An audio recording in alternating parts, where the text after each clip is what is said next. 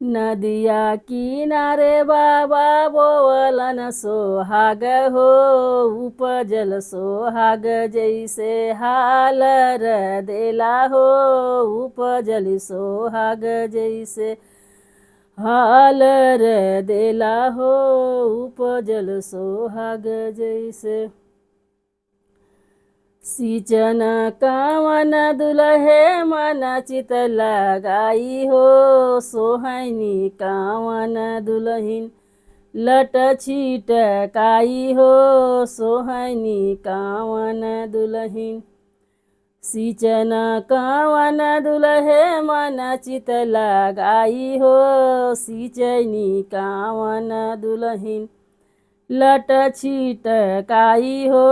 सिंचनी कावन दुलहिन जेतना त मोरे बाबा दाई जाना देहलै हो। ओतना त मोरे प्रभु घामे में कुम्हिलानै हो। ओतना त मोरे प्रभु घामे में कुम्हिलानै हो। नदिया के तीरे चच्चा बोवलन सोहाग हो। उपजल सोहाग जैसे हालर देला हो।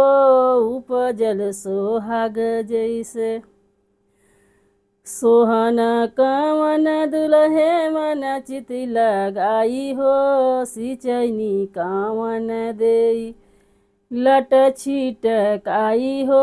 सिंचनी कावन दुलहिन जेतना त मोर चच्चा दई जाना देहलै हो। ओतना त मोरे प्रभु घामे कुम्हिलानै हो।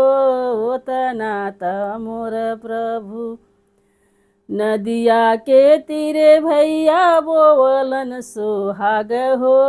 उपजल सोहाग जैसे हालर देला हो।